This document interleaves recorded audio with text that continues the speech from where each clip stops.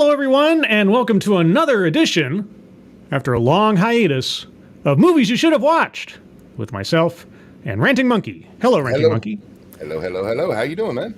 Doing all right. Long time no see in this format. What was our last movie? I, honest to God, don't remember. I got to go through and even see what all movies we've done, because hopefully this isn't our last episode. And there's so many great movies out there, but I'm like, wait, did we do that one? I forget who it was. Somebody kept on Twitter was like, hey, you should do a movie you should have watched about Red October. And I was like, we did. Did it? Okay, well, what about Sneakers? We did. What about Darkman? We did. What about Last Boy Scout? We did. And on and on. I was like, hey, we already covered all this stuff. So, hey, we're in good shape. But back once again. Hello, everyone. Good morning. Happy Saturday to you. A couple of hellos real quick. Keeverdam, Mike R, Swirl Blue, Old Guy Gamer, Dragon Mage, Spoonie, The Rebel, Eric Peters, Corey Suzuki, Tall Person, The Original Shroom, Mike Savage, Blarg, Jaeger Pony, if I didn't already say hello. So good morning. We haven't done this in a while, and just out of the blue, we had some people asking us to do another one, and we've been meaning to for a while, and Monkey was like, what movie should we do? And I just kind of blurted out Harley Davidson and the Marlboro Man, because it's a movie, and you probably should have watched it. You had access to it. Yeah, and access to it too helps, because some things don't. So Harley Davidson and the Marlboro Man, a little background on this. This is from 1991, starring Mickey Rourke and Don Johnson as the titular characters. The director of this movie is Simon Windsor. Now, Simon Windsor, you might not recognize the name, but he is responsible for some very memorable movies, including Daryl. Do you remember Daryl? I never watched it, but I know the movie. Yeah. Quigley Down Under, on a list of the movies we should have watched in the near future. You ever see Quigley Down Under? No, I still have to watch that. Oh, dude. Alan Rickman. All I got to say is Alan Rickman as an evil Australian landowner. Okay. He also directed Free Willy. Oh, really? Yeah, Free Willy and The Phantom, as well as Crocodile Dundee in Los Angeles. So his career was on kind of a bell curve there. It's kind of, but either way.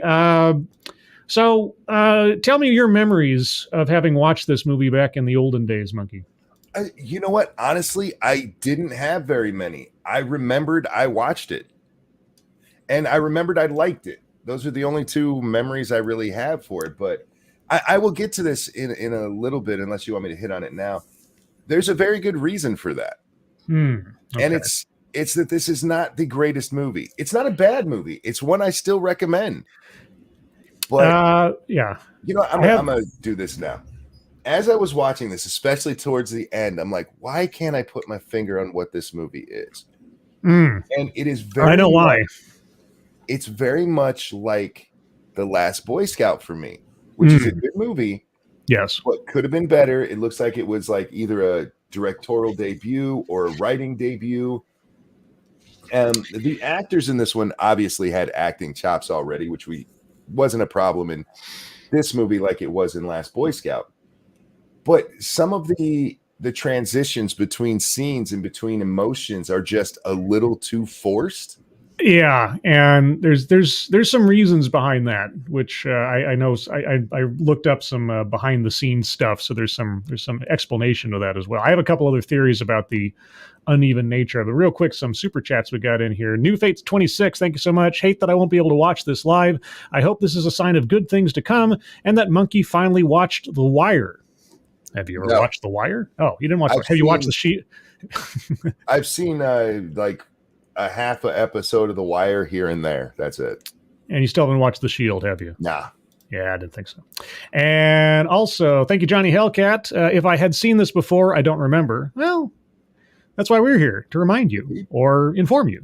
And thank you, Tall Person. Happy International Sword Swallowers Day. Is that a euphemism? Yes. Okay. So I have a distinct, I have a kind of a connection to this movie that is a little bit more sentimental in the sense that for whatever reason, my father had the movie poster for this in our garage for many years in our old house. Poster. It is a very cool movie poster, and I think that's what anchors this more in my mind than anything else is the cool factor. But I'm sure we'll get into this. Better to be cool and dead, right? Exactly. Better be cool and dead than not cool and alive, right? So I don't know if this happened with your copy, but right before anything else started, there was a big notice on the screen. Oh yeah. Okay, and I will read it verbatim because I wrote it down. So this is before we even get to the who made the movie or anything else, guys. It said, the film title is not intended to identify or promote a product or trade name of existing companies. No company has approved, sponsored, or endorsed the title or content of this film. Now, that is ridiculously significant given the very name of the film. But it is also evident in the fact that no logos of these products or companies appear anywhere in the movie. Real quick, let me grab this if you don't mind. Tall person, thank you. Happy Carnival Day. Must be Rome Day, huh? Sword swallowers and carnivals. There was, you can see the part of the Harley Davidson logo. Briefly. Only part of it. Only part of it, only for a second. Yeah. Yeah, and then it doesn't appear again. Yeah, although he does they do specifically mention Harleys. Yeah, that's okay. This is, and we'll get to this in a second. This is one of the weird things about this movie where I think I know what at one point in the writing process they were trying to go with this, and then it turned into something very confusing. But anyway, we open up oddly enough on a billboard for Ford. And it's the Ford 96 model. Now, this film was released in 91, so technically we're in the future. Okay, the not too distant future of 1996 for some reason. I don't understand. But yeah, July 5th is when the movie takes place, just after midnight. So it's July 4th, America's birthday. And this is why this movie, to me, I'll just get into it. I thought, and I always felt like this movie could have been much more than it is if it had leaned more into the idea that we are watching effectively representatives of Americana anthropomorphized. Yes, you're not wrong about that. You're not wrong. Yeah, and because you kind of get that with Don Johnson, not so much with Harley. Well, at the beginning, this is the thing. This is why I felt so uneven. It was like two different people were writing this, or someone was writing something much more thoughtful, and then the studio was like, "No, we have to have this be action." Yes. Or the audience is not going to understand this. So, is it taking place in the real world? Is it taking place in a sort of euphemistic world? I mean, what? And I really think that if they had leaned more into, we are going to be in the city, not just Los Angeles or something, but I guess maybe for the iconic nature of it. But all the same, we are in a city, an American city. And what you're seeing is a representation of the decay of the American mystique for the corporate uniform international invasion of other things and making America not as, I don't know, unique as it used to be. That was the message I kind of got, because every set piece in this movie deals with the decay of something, decay of relationships. You have the airplane graveyard. You have the old time bar diner thing being overtaken by the straight edged corporate buildings and stuff. The Concorde coming in, and then you have the old plane crashed into the bar. Yep. There's this sense that this movie is supposed to be a statement or sort of a love letter to Americana, and sort of a sadness, melancholy that it is going away. That's what I thought. And in my mind's eye, I thought this movie could have been. A lot of it also, I mean, there's hints of almost the cyberpunk dystopia that they hinted with it. Yes. I was going to get to that too, because we're jumping ahead to all there's not a whole lot that this movie isn't made of a whole lot, guys. That's the thing, is that the symbolism and the imagery is bigger than the actual story. The movie itself, and again, I want to point this out because I am going to be kind of critical on this one. It's still worth watching. I still enjoyed watching it again, and I will probably watch it again soon in the future. We cannot we can't go further without mentioning that it opens on naked female breasts. Well, yes, so I have to mention, because she wanted me to mention this. My sister loves Mickey Rourke, and she particularly loves the opening scene of this movie because Mickey Rourke is standing there practically naked. Yeah, he's practically naked. She's only covered across the crotch. Yeah. There's bits and pieces of nudity in this movie that are just kind of there, and it's not a big deal. They don't have like some really hot and steamy sex scenes or anything. There's one instance of like a stripper at the bar, but that's about it. But this is one of the last, and I realize it came out in 91, but one of the last 80s action films where, you know what? We have to put boobies in here somewhere. Yeah, there's that too. We just have to put them in. The first scene, though, sets a very specific tone. It's dark, it's nighttime, the radio's on, it's giving you some exposition as to what time we're in and what's going on. The camera's zooming down on a nasty old apartment / rental hotel complex. It's very noir because you've got this overhead shot from like the ceiling fan. You've got the naked lady on the bed. You've got him standing over in the corner smoking a cigarette, and you got the neon lights coming through. It's very stylistic, and it starts to set a tone that really isn't carried through the rest of the movie. But what we learn, and let's get into the movie now, the radio announcer is talking about how it's welcome to July 5th. It's the new centennial. It's a 200 years or whatever, or 220 years, and 1996. And right now, the big problem on the street is this new drug called Crystal Dream. And you know what? As I was watching, I missed that line. Okay.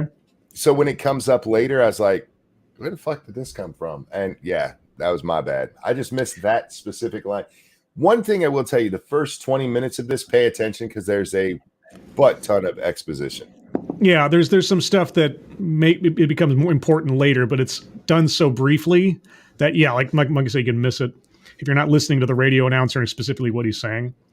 So anyway, Mickey Rourke's character is standing there in the corner next to the window. And he's looking at a photograph in his wallet of him and some girl. That is not the girl on the bed. So he's reminiscing about someone that he's lost or something.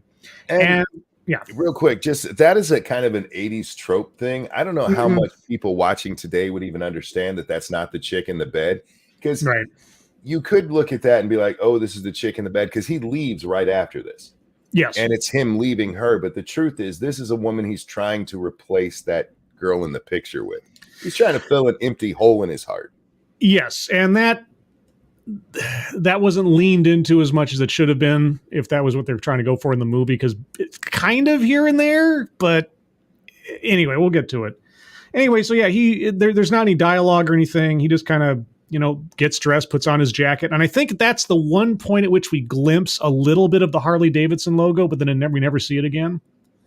Like I said, it is on one bike later because I remember catching it just briefly.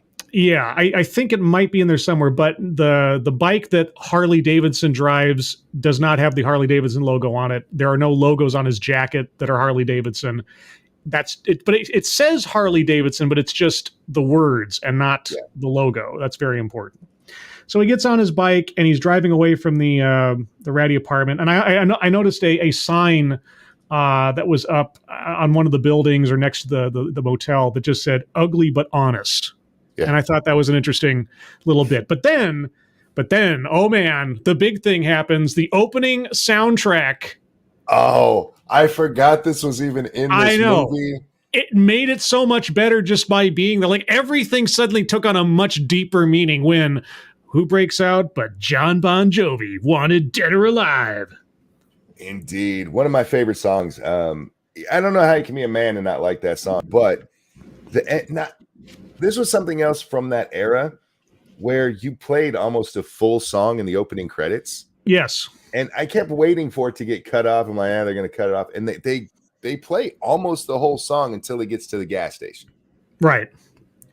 And we see, so we go through kind of it's an odd little montage because it uses several different ways to move from one shot to the next.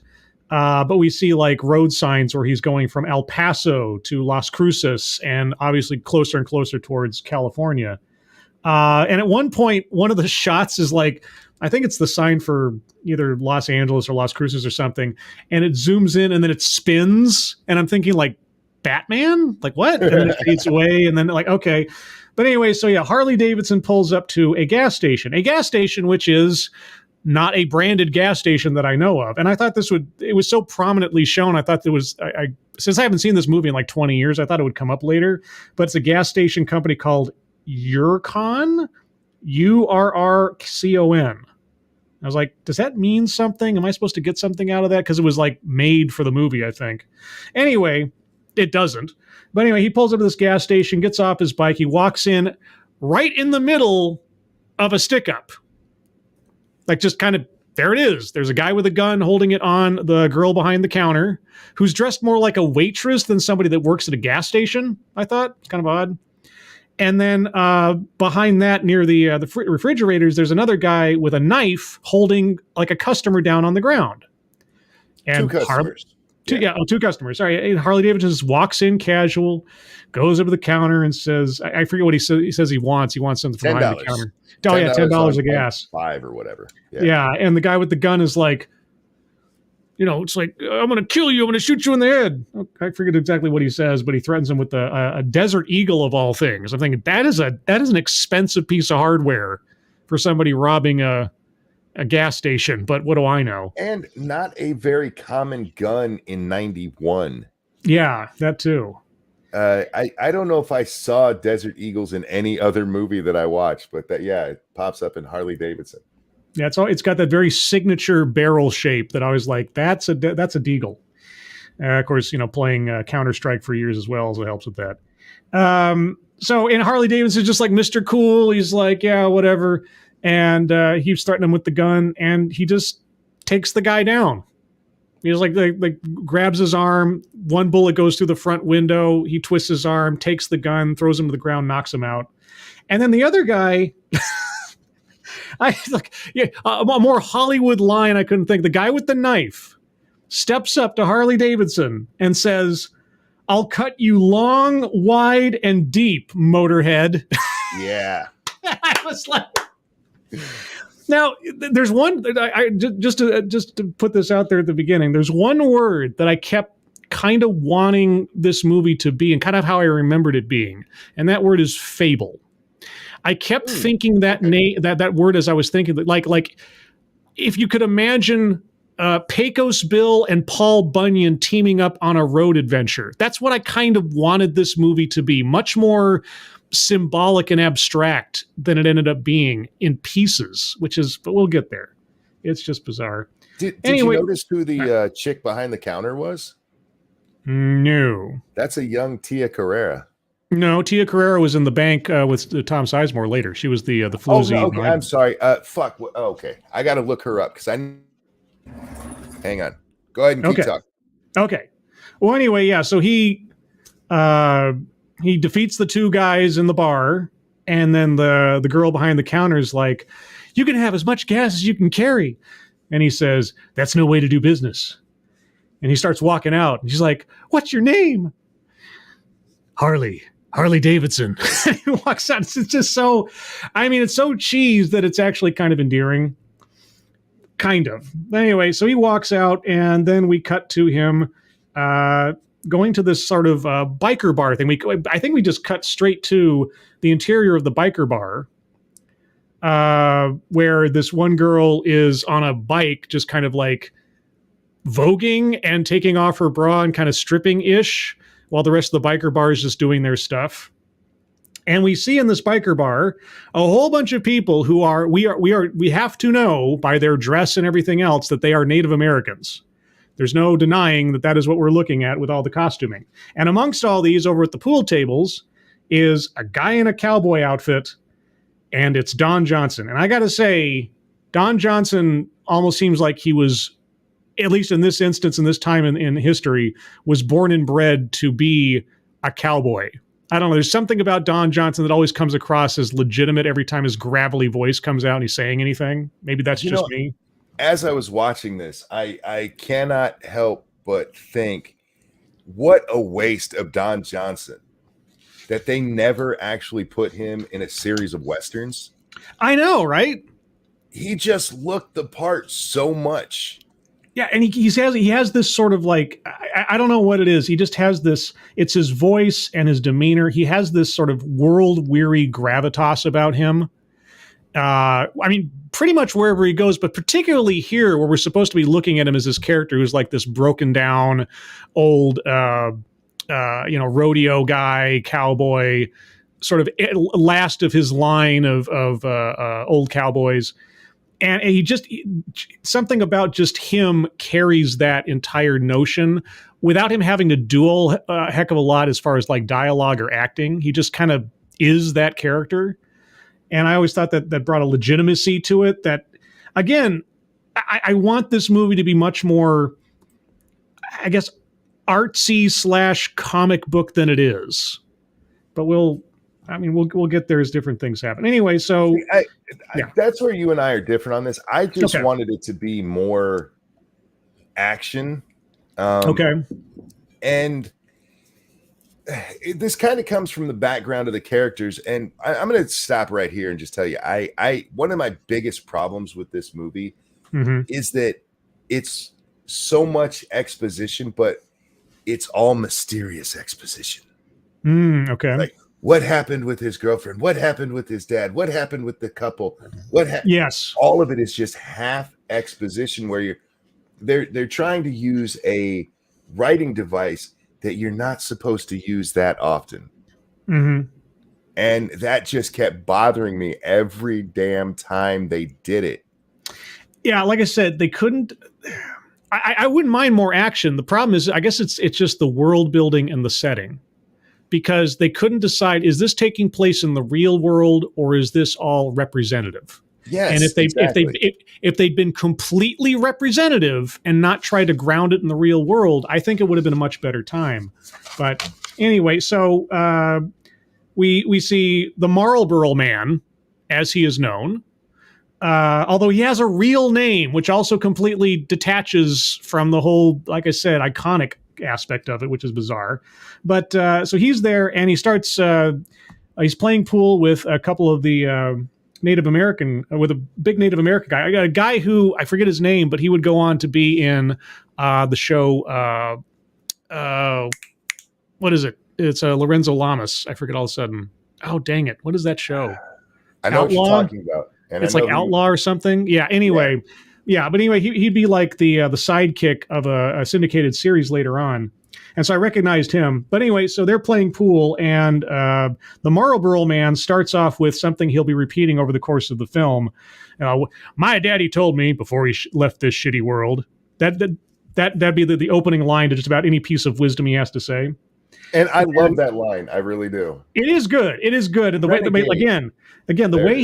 way he carries it, it's great. What's he say? Renegade was the Renegade. That's what it was. Outlaw. That's right. Renegade. Yeah. So anyway, so he's playing pool and he hustles the guy, basically, is what he's doing. And it's Don Johnson actually making the shots. So credit to him, especially the last one where it's like a bank shot around the table with the 8-ball. It's a quad bank to get the 8-ball in where they thought he was going to miss it. Yeah, it was a really good shot. It was a good shot. I wonder how many takes they had to have of that before he got it. But anyway, so he's hustling these guys, and then he's like, okay, so now pay up. And now Harley Davidson has already entered. He kind of sees what's going on, and he knows what's about to happen. So the Indian guy's like, I don't have that money, and I'm not going to give you any. And he's like, well, you're going to give me the money, and I'm going to take your woman. And like, what the? Like, okay, I guess that's what you do. And so it starts a bar fight. Now, the Native American guy pulls out a knife, and they struggle with the knife and actually cuts Marlboro Man. Mm-hmm. And Harley Davidson is kind of holding everybody back because the whole thing was they called Marlboro Man a pretty boy. He wasn't a cowboy. He was a pretty boy. And so Harley's like, well, if he's a pretty boy, you should be able to take him on one-on-one, right? And so all the other guys, friends back off. Now, an interesting little piece of trivia, in the course of this fight, they wrestle each other onto the pool table, and the Native American guy's got the knife down pointed at Marlboro Man's face, and he reaches over, Marlboro Man does, and grabs the cue ball and starts hitting the guy in the head with the cue ball. Mm-hmm. Now, during the course of filming, Don Johnson actually did knock the actor out by hitting him in the head with the cue ball at one point. I do not know if the shot of that happening is in the film, but it did happen at some point in the filming of it. Real quick, I want to bring this up. Kelly Hu is the name of that actress. I was Kelly Hu, yes. Which, by the way, she went on to star on Nash Bridges. Yeah, there's a whole bunch of crossover here with some of the actors and either the director and who they in the movies with later, or just people that you see in bit parts who went on to become much bigger. Like we'll see Vanessa Williams at one point. Vanessa Williams, indeed. So anyway, so there's bar fight. They eventually get away, and as they go outside after this bar fight, we see that the bar's name is the Eagle's Nest, and I'm thinking. My first thought is, why would they name this bar after Hitler's hideaway? And then I'm like, oh wait, no, it's a Native American bar. Right, yeah. I was like, it's not as sensitive back in '91. So yeah, something else you have to keep in mind while watching this. This is a movie from the 1990s. This movie would not be made. 90s. Yeah, early 90s. This movie would not be made, or at least not this way today, in any way, shape, or form. There's so much that's, you incorrect. Get away with one of the names of the characters today. Yes, that too. We'll get to that. So as they're leaving they get out of the bar, and then we get some information that Harley has been away for 2 years. This is the first time that Marlboro Man's seen him in 2 years, as he was off doing whatever he was doing. And like Monkey said, there's just some mystery to that, like, why'd he leave? And we kind of find out later that he was just sort of left by his woman. Well, this is one of the parts that bothered me about it, is that this whole scene, this is them, it seems like they're up on a billboard. Mm-hmm. And he's asking them, where were you? What were you doing? And it's all vague. His answers are all just vague. And like, okay. And one of the jokes as they're sitting there, the billboards, is there's a billboard we see that says Die Hardest 5. Mm.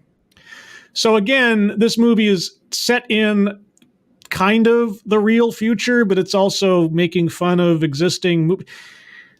Like I say, my biggest complaint about this movie is that it could not decide what it wanted to do with its setting and the significance of its characters' names, because there are a lot of them in here, and we'll get to a couple more in a minute. But anyway, so yeah, they're reminiscing, and we're kind of getting this idea that they're old friends, and he's, Harley's come back after 2 years of being away after some breakup with his girl or something, and that these are just two broken down old, I don't know, hustlers, wanderers, something.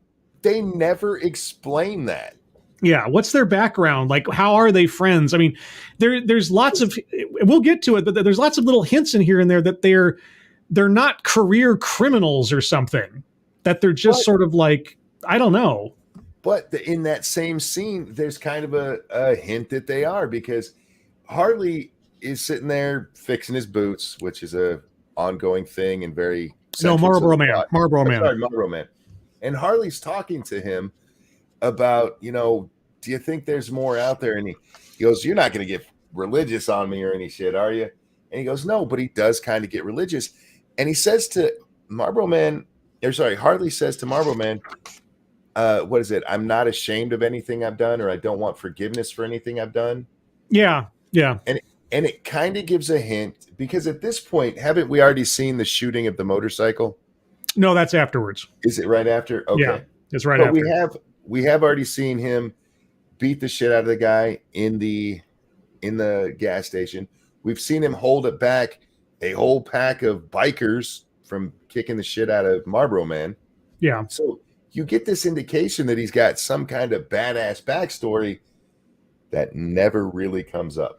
It never really pays off, and it contradicts itself later in some of the other scenes. It really does. So they have this sort of meaningful quasi-conversation where these past 2 years, Harley's been. I almost thought of like in Pulp Fiction, where Samuel L. Jackson's character is talking to John Travolta about wanting to walk the earth and leave this this whole thing behind, kind of thing, getting more introspective. So, I mean, yeah. So you hint at this dynamic of these two old buddies, troublemakers, something, and one of them went off and kind of got a more introspective idea about himself and life and everything, whereas Marlboro Man represents the sort of like stoic, static, cynical kind of side. But they never do much more with it than that, kind of, in that one scene, except in like mentioning it a couple places later.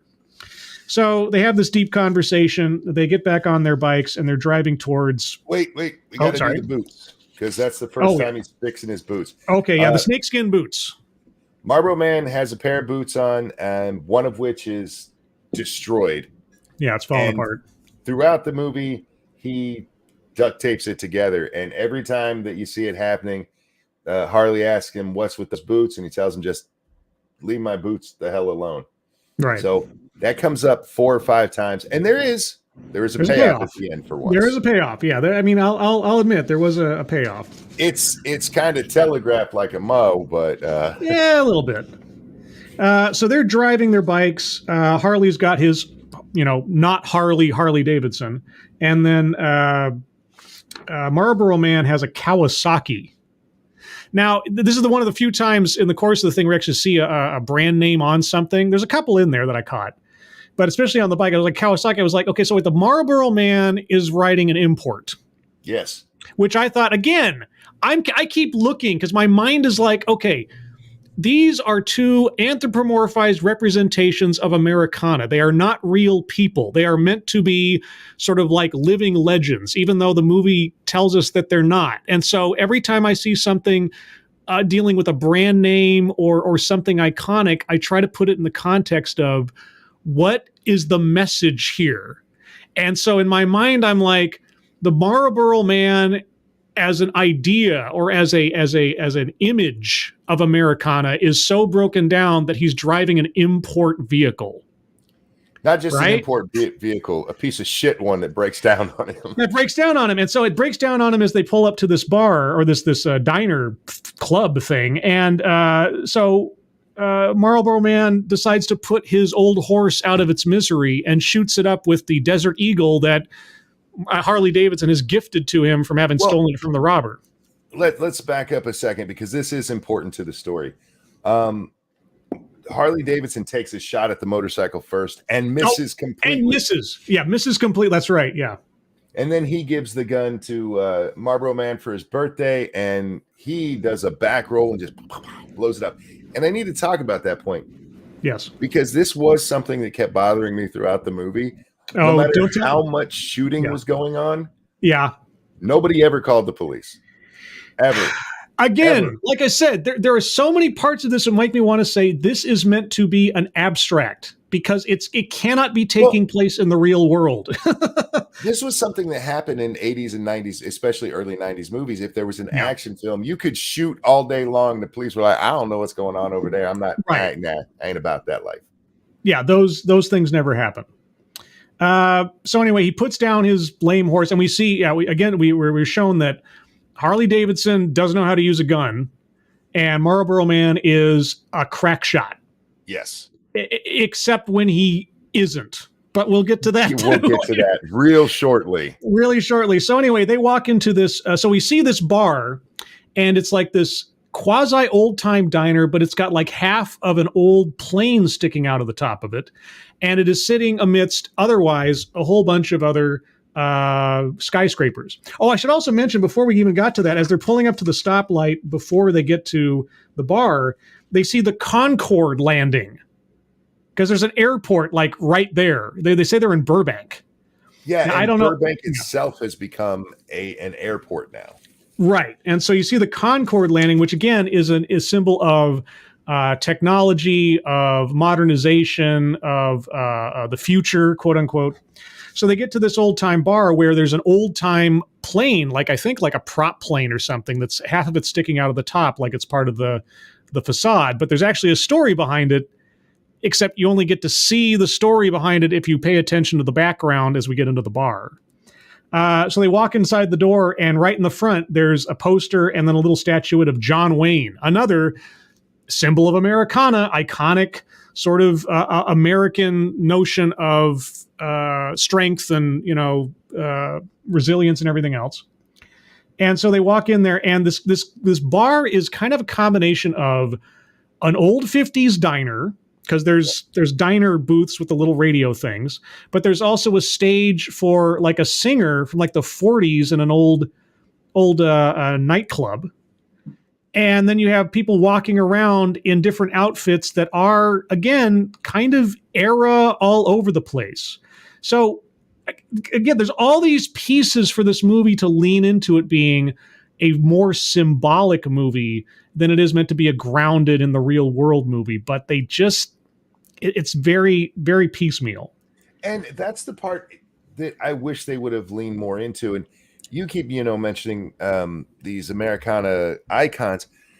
If they would have made these two guys your normal badasses who have done this kind of shit many times, and it just goes a little south this time because they're getting older, because they've been away from each other, whatever reason, that would have made a lot more sense to me than the kind of piecemeal that we get. I wanted, like, my memory of this is much more quality than the actual end result. I wanted them to say things that related to their characters, but could also be extrapolated to be talking about the shifts in culture. And I think there was one moment, and it's later on in the movie, where I think they might have gotten there or stepped on it, but it didn't happen enough. I think we get that from the what my daddy said before he shuffled off this. A little bit. World. Yeah, a little bit. Those were good lines for him, and those worked with his character. We got none of that really from Harley. Yeah. So as our two heroes are coming into the bar, they're looking around and they're seeing up on the stage is again, in a sequin, sort of flashy dress, old nightclub singer, but it's Vanessa Williams singing, which is, I don't know if this is her first movie role, but it has to be one of her earliest. And she's so damn cute. Oh, she's still, I looked at her, I thought, this is one of those people that just never seems to age. Like, she looks exactly like I remember her every time I ever saw her. It's just sort of like Don Johnson in a way. So she's singing. Quick, just some side monkey lore. The first song I ever danced to with my wife to was a Vanessa Williams song. Oh, throwing that out there.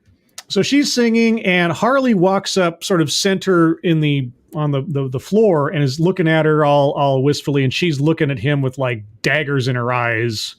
And you can tell there's some kind of history between these two characters, which never really comes up again, kind of ish. It does, but it gets so glossed over by the fight with Jack. Yeah, the fight with Jack takes care of all of that, and we'll get there in a second, guys. Yeah. So anyway, you see this glare from her, so they obviously know each other. We also see for the first time the doughier of the Baldwin brothers, Daniel Baldwin. Yes. As he is there in flat black suit. Everybody else is in like colorful kind of, personality kind of outfits, but him and his associate are both there in the exact same black suit with slick back black hair. And I can't help thinking of a Robert Palmer video and the girls behind him as I'm looking at these two guys. Right. And they're talking to an older, bald black gentleman who's sitting at the table, and behind him is a old newspaper frame that says something to the effect of, plane crashes club. And there's a news story. So apparently this was a club at one point back in the day, like a regular club, and then a plane crashed into it, and they left the fuselage there.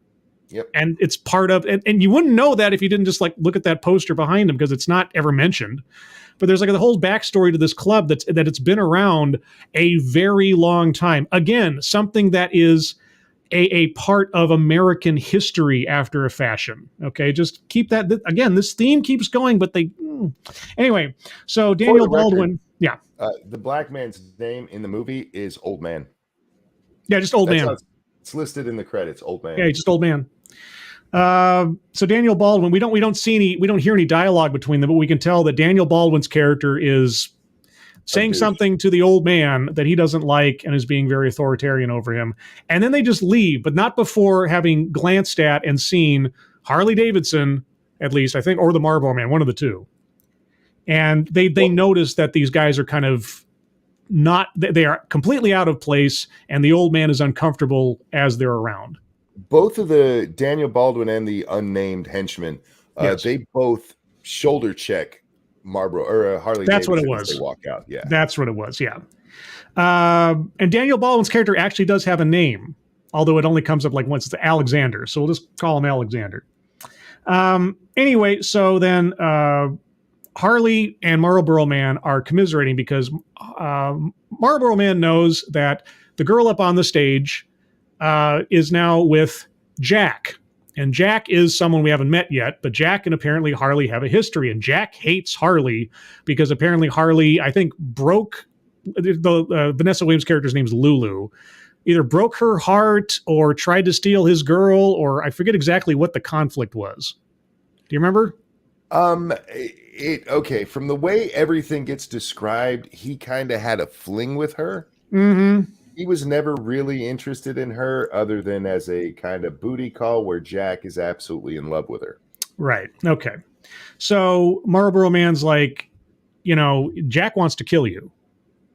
And Harley's like, well, I gotta settle things or something. I mean, it would have made more sense to me if it was like on that billboard. If Harley was like, I'm thinking about my past and I have some scores that I need to settle, and that's why he's back. That would make more sense. That would seem like more of a motivation. But I don't understand what his motivation was to all of a sudden come back here and deal with this now, unless I missed something. I think what it is the girl left him, and that made him reevaluate his life.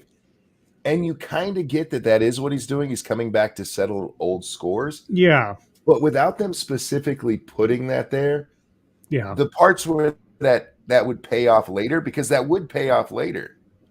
They just don't have the meaning. The train scene, for instance. Yeah. So Marlboro Man's warning Harley that, Jack's out to kill him. So do you really want to do this? And he says, yeah. So they go over to, Marlboro Man goes over to a payphone and he types in a number on this payphone, and the payphone opens up and it's a little speakeasy entrance to like a back bar, which again harkens back to another little piece of Americana history and everything. Mm-hmm. And at the door greeting them is, I don't know the actor's name off the top of my head, but he's a Latino guy who's deaf, and they call him Jose. And they never say it in the movie, but his full name for the movie is Jose Cuervo. Yeah. So we have Harley Davidson, the Marlboro Man, Jose Cuervo, and if you can believe it, Jack's last name is Daniels. And the love interest for the Marlboro Man, her name is Virginia Slim. Yeah, and again, so you have all these characters who have names that are exactly brand name icons, and yet they keep trying to put this into the real. It never made any sense. I got so every time that some piece of the real world came into the story, I got so frustrated. I was like, stop it. It would have made more sense again if this was an old crew that had worked together, so they all had these names.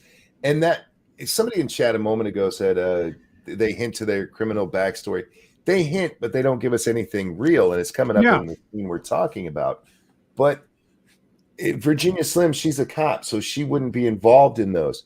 There was so much that they could have done, and they just never gave it to us. You know what this should have been, and I just thought of the best analogy I can think of. This should have been the 80s action version, Americana action version of the League of Extraordinary Gentlemen.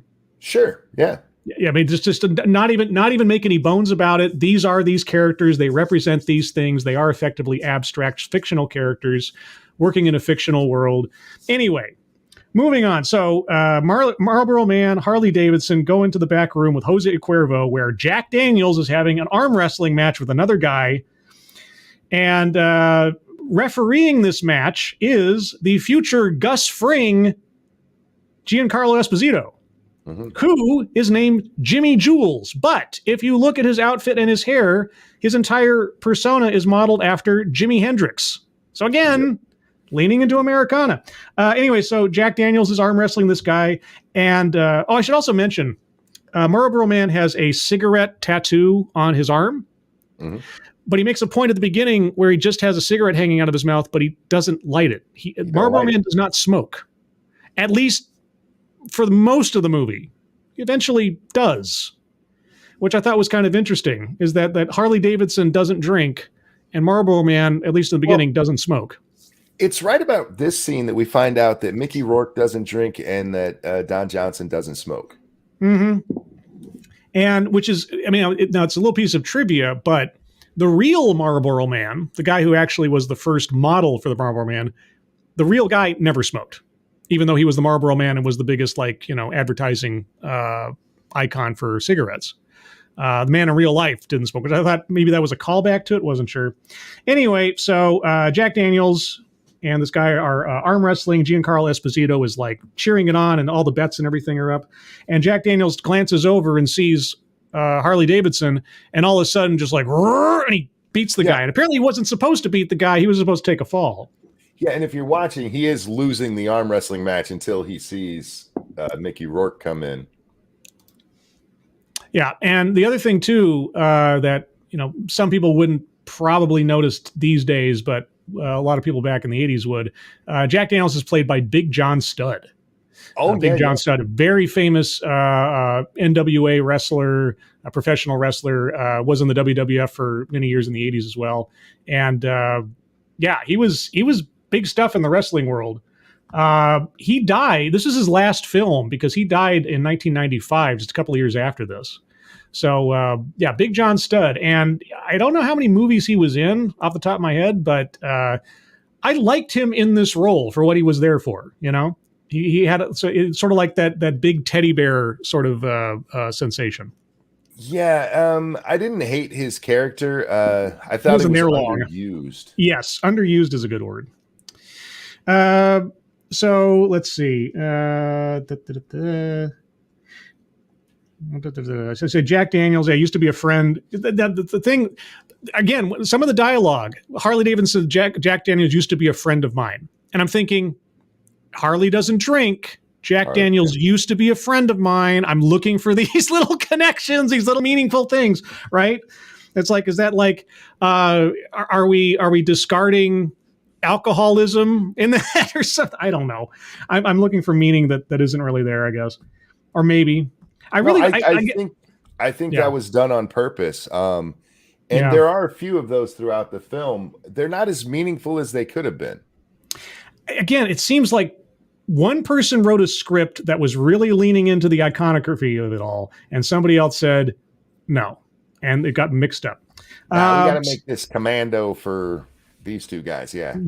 So anyway, Jack Daniels then gets up and has a WWF type fight with Harley Davidson, picking him up and throwing him around and everything, and eventually throwing him through a window off the second story, and he falls straight through a convertible roof into a car. And then Jack Daniels comes down there and starts fighting him. I mean, it's so over the top. I'm just like, okay, sure. This is where it's like comic book. It's ridiculous. But they fight and they make up in the fight. Yeah. By the time of it.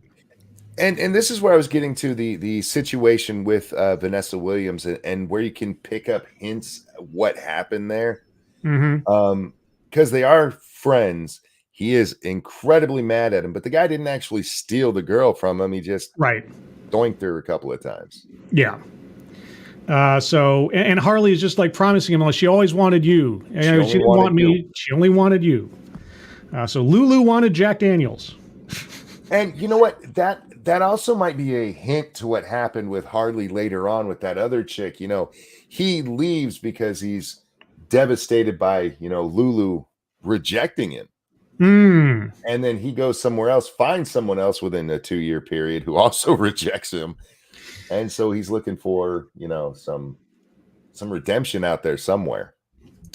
So they make up, and then we cut basically back to the group sort of cleaning up after the night in the bar and everything. So you have the old man and Jack Daniels and Harley Davidson, Marlboro Man, Jimmy Jules, and Jose Cuervo, which it's just fun to say those names all together like they're League of Extraordinary Gentlemen. Anyway, they're all sitting there in the bar, and old man starts talking about how the bar is going to go away. And they're like, what do you mean? We love this place. This is our home. This is everything else. He's like, well, you know, this place. Oh, sorry. Before you get there, part of the reason they start talking about this is because Jack was supposed to throw that fight to get money to help pay the bills. Oh, right. Because Jimmy Jules, I think are the old man, because Jimmy Jules is the brother of Lulu. He says, you know, my brother-in-law, because he's talking to Jack Daniels. Is the old man a relation of Jimmy and Lulu? Did we ever find that out? As far as I know, no. Okay. Because Mickey Rourke makes the comments later that, and it's in this scene, that we all grew up in this place. You saved all of us from the streets. So I don't think there's an actual relation. Okay. But anyway, but their family at least is related to that place, is what we're led to believe. And so the old man starts talking about like how this place is going to go away, and they're like, what do you mean? And one of I think Don Johnson or Harley Davidson mentions the slick back hair guy. I forget what they called him at the time. That was Mickey Rourke. I'm going to try to use just their real names because I keep that's fine. Up the other two. Mickey Rourke is the one we asked that. Okay. And so the story the old man gives is that the bar has been around, like he got it in 1965, and he had some lease on it. And then in 1975, he got a 30-year lease at $350 a month or something, which is just amazingly ridiculous. And now those 30 years are up. And so now the bank is changing the terms of the lease, and I have to come up with, $1.2 million or $2.1 million or something? $2.5 million for 5 years. $2.5 million for 5 years. And, you know, he doesn't have that money. And so Harley Davidson's like, I know how we can get that money. And it's like, we're going to rob the bank. And this is the only part that we really get any kind of indication that they've done anything before, because Marlboro Man, Don Johnson, he goes, this is bigger than anything we've ever done before. Right. And that's it. That's all we get. Yeah. And I also thought the bank should have had an interesting indicative name, but it's just called the Great Trust Bank. The Great Trust Bank. But the Great Trust Bank, there is a joke there because the old man mentions, the Great Trust Bank as kind of trust these fuckers, and look, now you don't have a bar anymore. Right. Yeah. So I guess there's a certain amount of contradiction there. So anyway, they start talking about, we're going to rob the bank. And which just seems like the most ridiculous idea, but pretty quick, Marlboro Man, Jose Cuervo, and Jimmy together kind of resigned to, let's do this. And Jack Daniels is like, no, guys, I got a life to think about bigger than this. And Lulu comes in and she's all like, you're not going to rob a bank. Yep. And he's like, yeah, okay. And she's like, I want to have children. He's like, yeah, okay, bye, guys. And he made promises to me. Yeah, he made promises to me. And so they leave. So Jack's out of it. And almost immediately, actually not even almost immediately, like the next cut, we are in the process of the caper. There was no planning scene. There was no discussion about how or where or why or anything else. It's just now we're into the bank robbing sequence. And it is an armored car that just has GTB on the side for Great Trust Bank. And it is as... I don't know what you want to say. It's just like the silliest plan to redirect a armored car. And the armored car drivers just don't see the obvious trap they're being led into. But anyway, you have Giancarlo Esposito and Harley Davidson and all these guys and Jose Cuervo. They're acting as street construction guys who are redirecting traffic around street work. And the armored car guys, and I keep thinking that the two guys driving the car are like people behind the scenes or somebody interesting, but I don't know who they are. They just follow the yellow brick road around to where they get to a place where they have to stop in front of just an arrow of cones. There's no walls or anything around them. They could just drive around. There's no obvious construction going on. They could just drive around, but they stop and they both get out of the armored car. And I'm like, armored car drivers don't do that. No, and what they get out of the car because Mickey Rourke is sitting in a manhole right in front of them. Yes, sitting right with his legs dangling over a manhole. And so they get up to tell him he has to move, and both of them get out of the car. The one does pop his holster, so his gun is at the ready. Yes, and and then Harley Davidson spins around. He's got a sawed-off shotgun. And he's like, ah, and I'm like, okay. The guy who we will find out in about this entire time we find out can't shoot has the gun. He makes a point here where like with a pistol I wouldn't be able to hit you, but that's true. This I will. Now it is important here to note before the driver gets out, he sees the gun and he pushes an alarm button. Yeah. Oh, and also I forgot to say is that part of the caper was Marlboro Man jumped onto the back of the armored car as it was still driving towards the end point and is hanging on and climbed up on the roof. That is also important. Anyway, so the two guys are out of the car. Harley Davidson's got the shotgun on him. And then before anything can happen, all of a sudden, shots ring out and the guard's belt buckle gets hit and the gun gets shot out of his hand. The one guard, not the one that's directly confronting the driver. And all these precise shots coming from up atop of the armored car because Marlboro Man's jumped up and is taking all these trick shots and shooting the stuff out of their hands. And can we point out, he's not aiming any of those. Those are from the sidearm.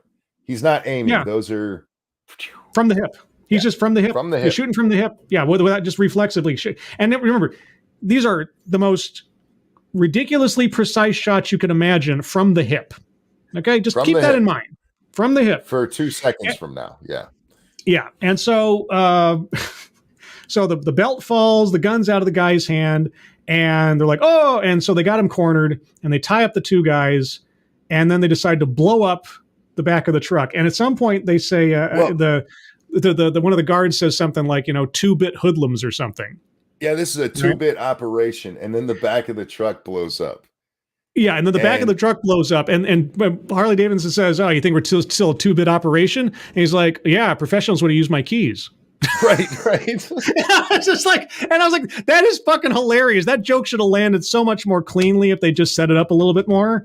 But it happens so quick, and the dialogue is so there's no time to sort of get it, And he has a comeback to it. Well, he just likes to blow things up, which works. But that line was beautiful.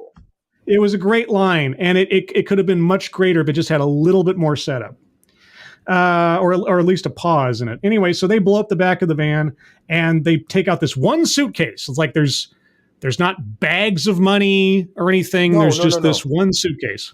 Nope. Well, was it sex? That's right. It was. Sorry, bunch of bags. I'm sorry. I'm thinking ahead. Yeah, there was a bunch of bags. Later. I'm thinking of later. They take about a bunch of bags and they don't look inside the bags. They just take the bags. And then as they're getting ready to leave, suddenly the music changes, and off in the distance ahead of the car comes a black sedan with all tinted windows.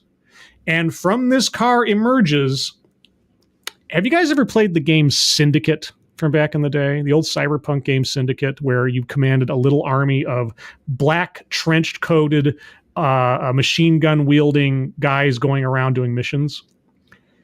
That's what we see. We see Daniel Baldwin and 3 other goons in full length black leather sealed up trench coats. Their hair slicked back, again looking like the male versions of a Robert Palmer video. And they all have, I think they had like Sig Sauer rifles or something. Yeah, they had these. Again, everybody looks exactly the same. So we're looking at sort of a conformity versus we've got our cowboy adventurers over here. And as the firing starts, they start shooting back, and we see that the bullets are kind of like hitting the chests and not doing anything. And they're operating like Terminators. They're operating like robots in a way. And even they talk like it at certain points. And I kept thinking, as Monkey mentioned earlier, is this supposed to be quasi-cyberpunk-ish kind of thing? Because it feels like that at places. I mean, they look like, if you ever saw the movie Equilibrium with, I want to say Patrick Bateman, but it's not Patrick Bateman. You know what I'm talking about. the outfits are exactly the same. And so, but they're not robots. They just have body armor on. Anyway, so in a straight line, marching towards our heroes with their Sig Sauer rifles firing, they come forward, and then all of a sudden, our trick shot, precise shooting Marlboro man is shooting at them, but choosing not to just take the headshot. Yeah, and it's one of the weirdest things of the whole movie because they've built him up to this point to be able to hit anything. Yes, and instead he's still shooting at the chest. Yeah. Now, it does lead to one of my favorite lines of the whole movie when Marlboro Man looks at Harley Davidson and says, throw that shotgun, maybe you'll hit something. Yeah.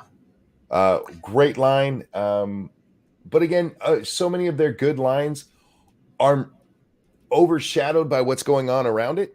Yeah. The setup, there's not enough setup. I don't know how you pause long enough to make a line like that land correctly in an action scene, but I've seen it done, and it just doesn't happen here. You have to have you have these guys firing their machine guns at an armored car that these guys are hiding behind. That makes zero sense. So they could have stopped shooting for a little bit to try to get around, and then you have that line play. Yeah. But then it gets overshadowed again because Jack shows up. Well, before we get to there, I forgot one piece. I have notes and I keep not looking at them. Real quick, when Marlboro Man first makes his trick shots and then jumps off of the armored car, he has his little bandana up over his face like an old-time Western bandit, and it immediately falls down, and he's like, ah, shit. And I'm thinking to myself, nothing about that is hiding your identity, dude. Like, look at your outfit. You're not making yourself inconspicuous in the first place. Like, what? It just seemed it's just so silly. But I mean, it was a piece of comedy, but it's just beside. Anyway, so the syndicate troops show up. They start shooting. They get behind the armored car and start shooting back and seemingly missing every good shot. And then all of a sudden, Jack Daniels appears on a motorcycle, and he's driving it towards the bad guys. And I don't know if we see him take off the gas cap, but the gas cap is off of this bike.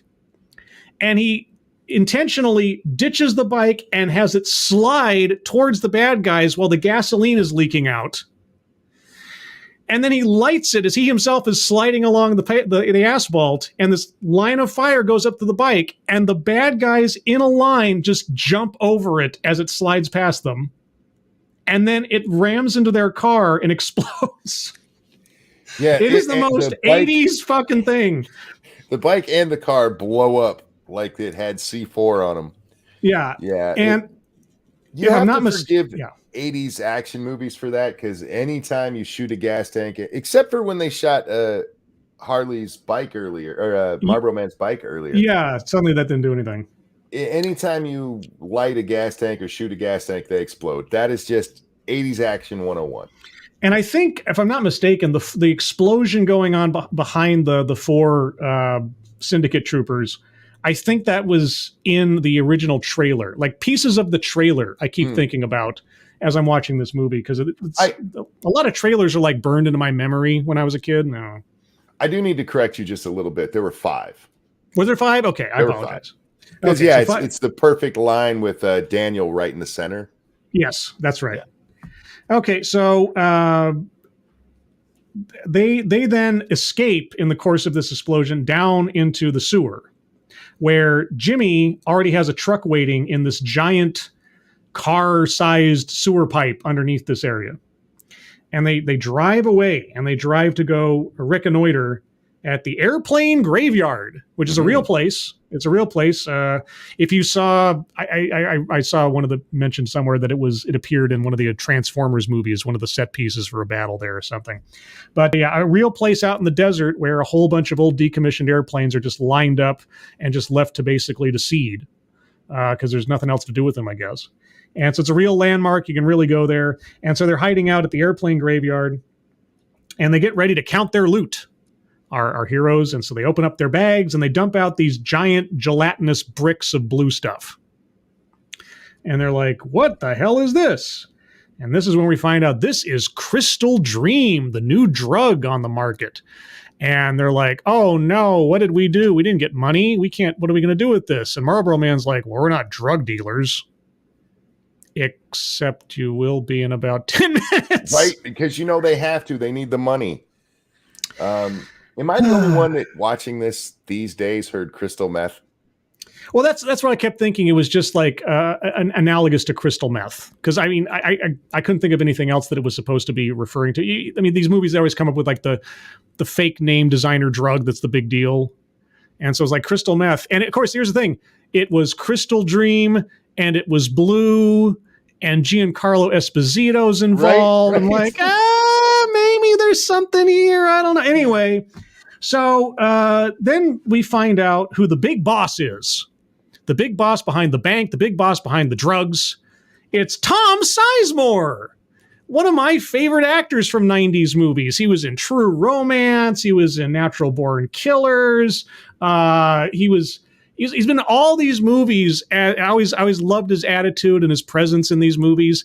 Boy, that guy has led himself down a rough path in life. That's a whole other story. But Tom Sizemore, I always liked him. He has almost nothing to do in this movie but just be a mustache twirling villain. But anyway, we find out Tom Sizemore is the head of the bank, but also the head of the drug ring. And he's being reported back to by Daniel Baldwin as to what happened. Like, the drugs got away, sir, and they took them and everything else. And, these guys are amateurs. You need to find them. And I'm pretty sure this is the only time you hear his name when he calls him Alexander. At least, yeah. If not, one of only maybe a couple of times. But yeah, so Daniel Baldwin's name for no particular reason is Alexander. Now, his name, as far as I know, doesn't line up with any other piece of American iconography or anything. It's just, I think it's Alexander. Like, there's a last name in there somewhere, but I looked it up and I don't really care. Well, I'll check just for the sake of argument here, but let's see. Where is it? Daniel Baldwin. I thought he had a last name. Now, Tom Sizemore has a real name in this thing. They only mention it once at like the very end of the movie. Chance Wilder, which sounds like the fakest name ever. Mm-hmm. Doesn't mean anything. There it is. And also, well, we don't meet her yet. Tia Carrera's not there yet. So let's see. After their revelation that they've stolen drugs and not money, and after we go to see Tom Sizemore twirling his mustache and planning how he's going to get revenge on these guys and tell his people to track him down and find him, Marlboro Man gets on his bike and decides to just go on a ride, and specifically pulls up next to a cop while doing a wheelie, a motorcycle cop, flips off the cop, and then engages in a chase with this cop as the cop is chasing him.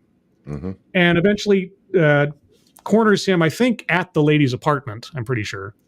And she gets off the bike and starts frisking him, and then it takes off her helmet, and we find out that they actually know each other, and this is all one big goof. Yes? Back up a minute. Grabs his crotch. Well, but grabs his butt. It was from behind. No. Are you sure? No. It was I'm his positive. ass. I thought it was his butt. No. She grabs his crotch because he's forward with his hands on the wall, and she's behind him, and as she's frisking, she comes up. That is the crotch shot. Okay. All right. So anyway, that Johnson jump. And then she takes off her helmet, and we see a lady there, if you couldn't tell by the body shape to begin with. And this is Officer Virginia Slim. He only ever calls her Virginia, but in the credits, it's Virginia Slim, played by Chelsea Field, who was a solid gold dancer. She was Tila in Masters of the Universe. And eventually, I think she got most of her fame on one of the CSI shows. NCIS, pardon me. Anyway, so then they have sex, and then they have sort of like this argument about their future together. And she calls him, for the first time we hear that Marlboro Man's real name is Robert. Mm-hmm. And so I didn't like her calling him Robert. She does it 3 or 4 times throughout the movie. I get why they did that. Yes. But it does kind of shatter the illusion thing there. Right. And now, again, this is the, of all the things in the movie that, well, not all of them, but the major one was letting us know that, at least in some fashion, these are nicknames. Yeah, and I don't mind that they're nicknames, but they shouldn't have had her calling him by his real name. There's ways to get around that, even in the scenes where she does it. Well, see, it makes absolutely no sense in context with everybody else's name in this group. Yeah. It doesn't make sense to have, oh, I have a real name, but you're Virginia Slim, and that's Jack Daniels, and that's Jose Cuervo, and that's Harley Davidson. We know by no other name. Why does this one person have a real name that doesn't align with his icon name? This is why this movie, it should have picked a lane and stayed in it, and it didn't, and that is the biggest failing of it. It really could have been something better. Anyway, so they have this heart-to-heart where she's basically like, I love you, but I can't go on with you like wandering off all the time. And, you know, you need to choose what you're going to do in life and everything else. And it's this sort of like, it's like this match that it's never going to work kind of thing. She's grounded in a cop and he's a wanderer and a cowboy. But it doesn't make a lot of sense. This would have made more sense with Marlboro Man, with Harley, who actually does wander off. Marlboro Man specifically says he can't leave the area. Yeah. And he also says he doesn't regret anything he's done. Yeah. And they really should have said, okay, Marlboro Man, this is my sort of like headcanon. Marlboro Man, the character, represents the stoic, solid nature of the American mythos. Harley Davidson, who is by nature Harley Davidson are about travel, or about freedom, about movement. Harley Davidson should have represented the American, but also progress.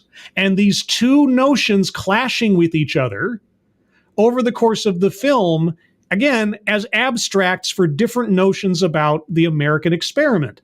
That's what it should have been, but you keep mixing and matching. So now Marlboro Man has regrets about things that he's done, while Harley Davidson has just sort of like moved on and keeps... Anyway, I'm writing a better story and movie than was actually ended up being made. And again, I really do think that at some point, some writer, maybe the writer of the script himself, that was his intent and it got altered by the studio.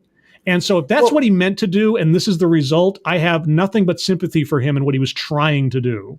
I hear you there, but when it comes to the relationship with Virginia Slim, it makes sense to have the Marlboro Man hooked up with her. So I think this part was probably planned out, and maybe that specific conversation was something that was changed. Yeah, I don't know. But if you're going to make that who Marlboro Man is, then he needs to be going and wandering the range, not just hanging out in L.A. Yeah, these two things, the things that you're trying to make signature to your characters can't be mixed up between one another. If you're going to have something like this, especially with as much time as you give to character development, you have to make it very concise and very recognizable. And if you keep mixing and matching motivations and regrets and virtues, you don't make your characters distinct enough, and you don't really tell a more interesting story. Anyway, so in the course of this heartfelt conversation, Marlboro Man asks her. Oh, sorry, no, this happens afterwards. So anyway, they have sex and they sleep. Next morning, Harley Davidson obviously knows where Marlboro Man went because he's in the kitchen making the sloppiest food ever by cooking the food on the toaster that's on fire. Yeah, yeah. And Virginia Slim is just like, "Hi, Harley," like she's known him and she's fine with this. So while Marlboro Man is sleeping, the two of them decide to get out of there and go over to a diner where they start having a heart-to-heart. And in the course of this conversation, Harley starts asking cop Virginia Slim about what is crystal dream. And she describes it as this, it's this hallucinogen narcotic that dulls the senses, etc. Kills and again, 1 in 7 people. Yeah, kills 1 in 7 people. And I'm thinking to myself, I'm like, okay, this is representing something about, I'm looking for the abstract again. Like what is crystal dream, the name, the function of this in relation to the idea that this is a story about the decay of American mythos or something. And I'm like, is it sort of like maybe television? Is it supposed to be like the conformity of media? Again, I'm looking at this and trying to write a better movie as I'm watching. But anyway, it's a brief thing. We never hear about it again. The idea that the drug is dangerous almost never comes up again. That's really the only point that this specific conversation serves, is to let you know just how bad this stuff is. Yeah, that's about it. It's a drug. That's it's it. bad. It kills people. Drugs are bad, okay. So then, part of the conversation between Marlboro Man and Virginia is the fact that she has another guy, a guy that is going to stay with her, and that she's basically, if Marlboro Man is going to keep wandering, they can't have a relationship, and this other guy is going to have her, and that's part of the conflict. So as Virginia goes off to work, leaving the two of them at her apartment, Marlboro Man turns around and sees this Harley Davidson. He calls it a Harley. Yep.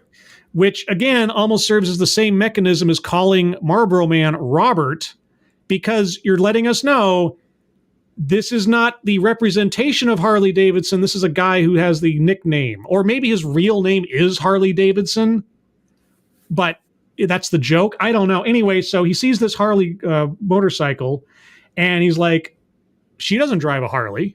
That's got to be his. He steals my girl. I'm going to steal his bike. And so Marlboro Man hotwires the bike, and the two of them drive off. And then we never pay any attention to that bike again. Nope. It never comes up again. I don't even think that when he finally confronts the guy, he ever brings up the bike. Right. Anyway, so they drive off. So here's the situation. They stole what they thought was money, turned out to be drugs. They don't want the drugs, and so now they still need the money to save the bar. So they decide they're going to drive to the bank and make a deal to sell the drugs back to the bank. Because this makes sense, even in this world. Anyway, so they drive to the bank, and in the middle of this bank, you have all these, people in business suits and everything in a form-fitting black cocktail dress with big hoop earrings and her hair done up is Tia Carrera all of a sudden. Oh, thank God. And they walk in, you got Harley Davidson, the Marlboro Man, walk into suited bank with the big marble floors, and all the corners are all straight and everything. And they walk in, this cowboy and this biker. And immediately Tia Carrera knows that these guys belong here, but don't belong here. And they're like, we want to talk to your boss. And she's like, this way. And out of the blue. It would have made a little more sense, because when they first walk in, we do see the guys in the long black leather dusters again. Yes. Who are stationed very close to the front of the bank. So if they gave that a little more time, it would have made sense for her to come down, but she is there immediately. Yeah. So she's right there, and she takes them to a back office to wait for the boss. And then they're sitting there and they're kibitzing about something. I forget. It's hard for me to remember specific conversations. I don't think it was meaningful. It was just kind of more bullshitting with each other. A lot of the conversations were throwaway. In this one, they made the bet, though. They made the $1 bet over whether or not they were going to live. Right. That was it. That is important. Yeah. So I'll bet you $1 is what Harley says. So, what Marlboro Man says. And so then all of a sudden the phone on this desk in this office that they're just led into rings, and they pick it up, and it's Tom Sizemore, and he's talking to him. And then we cut to Tom Sizemore up in his office, and he's got a camera on them. It's all wired and everything. He's got a bank of TV monitors, because all the bad guys have banks of TV monitors. And they start making this deal. It's like, hey, we have your stuff, and we want $2.5 million for it.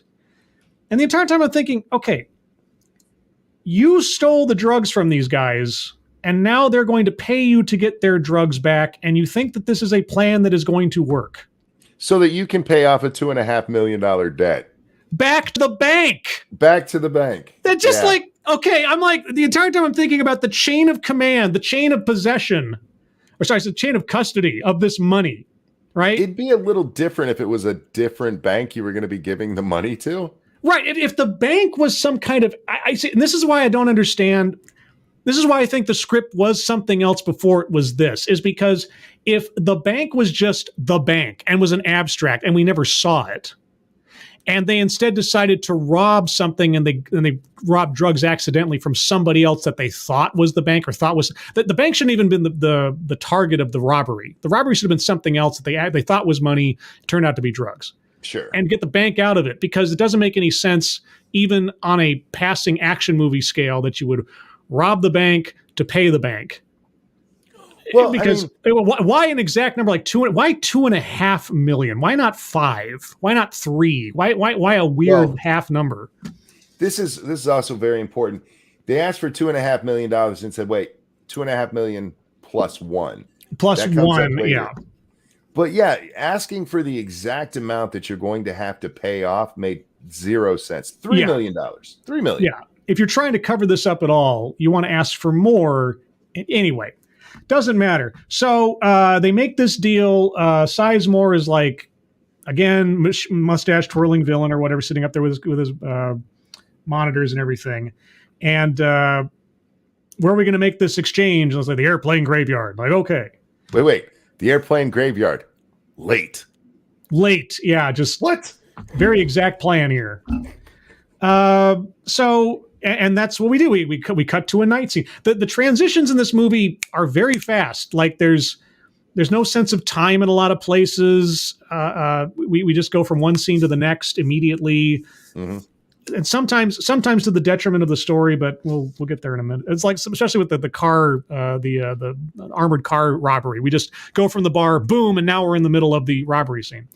Anyway, so we cut to the graveyard, and we just have an exchange scene where, Robo Baldwin walks up with the suitcase full of money, which I don't know if $2.5 million could actually fit in that small a case. Considering those were $100 bills, at least from what they look like, no. Yeah. So this little attaché case, and he opens it up, and right on top of the stack of money is a 1922 silver dollar, which Harley Davidson immediately picks up and flips over to Marlboro Man. It's like, here's your dollar. Okay, that's important. Just keep that in mind. And so they hand off the bag of drugs back to Daniel Baldwin, and they have some sort of sneering exchange with each other, and then they part ways. And it's like, okay. Now, and then, sorry. This is one of those scenes where I know why it had to happen, but they drug it out way too long if there's not going to be anything that really happens. Yeah. The only thing that really happens there is the coin. Yes. And the rest of it could have been done really fast. Yeah. But they just drag it out and they kind of have words. I mean, I get showing the animosity between them, I guess, obviously. You know how they should have done this scene? As Marlboro Man and Harley Davidson are talking to Tom Sizemore, there should have been their voices having that discussion, overlaying just the exchange of money and everything real quick, with the coin being flipped over. And you don't actually need to watch that whole scene by itself. Yeah, that would work too. Just have the voiceover as they're talking about what's going to happen. The end. So we have this exchange. The coin is flipped over, and it's that point after the guys leave that Marlboro Man decides it's time to go back to smoking. So he asks for a light, and he's like, "You haven't smoked for years." And now's the time. Okay. And so then we're back at the bar. Wait. Oh, sorry. That happened. Wait. You jumped ahead with that. That actually happened after his little tryst with Virginia Slim. Did it? Yeah, he comes outside and he leans up against the car and he asks him for the light. Right. That's right, because she broke up with him. I apologize. Yep. I'm on my notes here for some reason. For some reason, I wrote that down. Yeah. Okay. Anyway, so they exchange the money. Now they're back at the bar and this is important because it's not really clear because they don't. The geography of the bar is kind of off to me. They're in the speakeasy section of the bar where people in the main section of the bar can't see them. Yes, they're behind a two-way mirror or one-way mirror, whatever they're called. Yeah, it was kind of. It took me a second to remember that point, Ezra, but it's important in a moment. Anyway, so they're celebrating, like, we got the money, the bar is saved, and then our syndicate boys walk in on the main side of the bar, and I forget who it is, but someone says, "How did they find us?" And I'm like, "What do you mean? How did they find you? They saw you at the bar. They bumped into you. You are the most recognizable things in Los Angeles, and how did they find us?"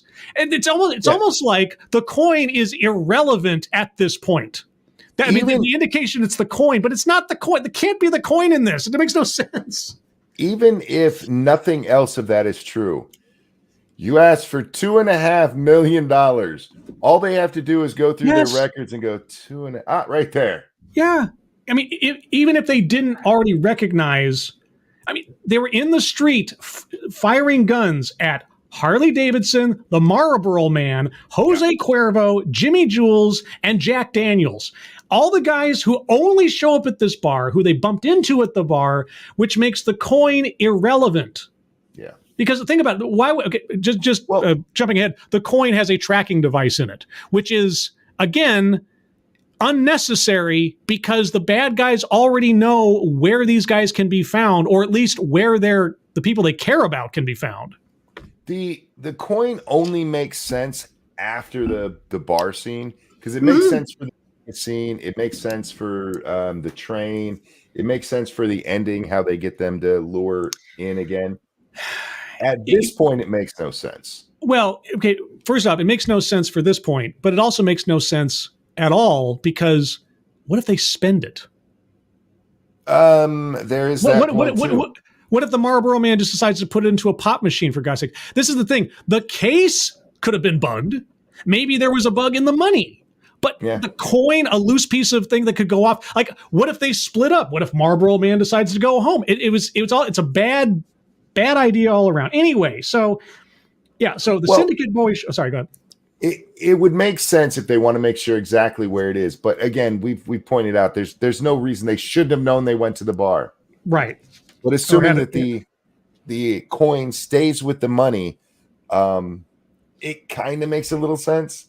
It just makes no sense with the rest of the movie. Anyway, so bad guys show up at the bar. They're looking around. And now this is important too. Old Man is still at the front of the bar. Yeah. While everybody else is celebrating in the speakeasy. And so they blow Old Man away. They just straight up murder him right there. And oh my gosh. And then there's this big shootout where they're shooting through the one-way mirror, and everybody dies except for Harley Davidson and the Marlboro Man. They get away by jumping out. Sorry, go ahead. Lulu doesn't die, just for the record. Oh, yeah, sorry, she's not a part of this.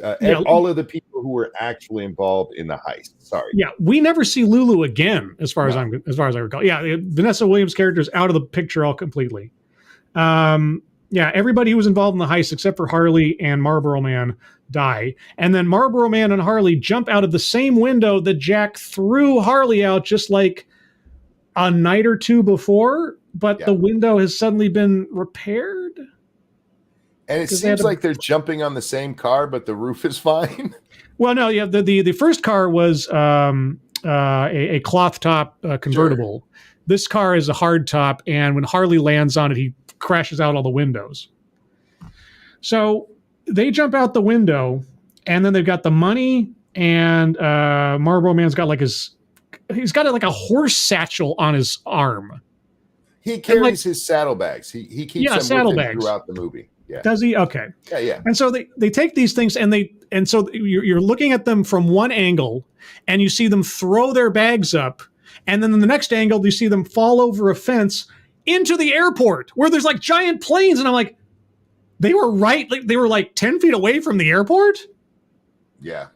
I was like, the geography of this, what? I mean, I know there was a plane that crashed into that building, but that supposedly happened back in like the 50s or the 60s or something, and like they're literally. Like you get out to the alley behind the bar, and then you take 3 steps and you're in the airport. Yep. Like the runway, the landing zone, all that stuff. Like, okay. So now they're at the airport. Sorry. I do want to take you back a second. Remember when Harley gives Marlboro Man the gun? Yes. After he shoots the gun, he puts the gun in the saddlebags that he has across his shoulder in that scene. Oh, okay. So they run across the airfield and get up and hide in. First off, they hide in one of those baggage cart things with the little golf cart that drags around the carriages of the bags. And they get out of one of those and they go hide in a plane, which has one of the little conveyor belts, which is loading on luggage. So they hide up there and they pull back the little curtain, and they're hiding in the plane as Robo Baldwin and his guys are wandering around the airfield looking for them. So then two airplane workers, a girl and a guy, come over, and they're going to start loading baggage up the conveyor belt into the plane. And so the lady starts climbing up the conveyor belt to get into the plane. And Marlboro Man grabs her, puts his hand over her mouth, and holds her back. And she's screaming and wiggling and everything because she doesn't know what the hell's going on. And and they're trying to keep her quiet.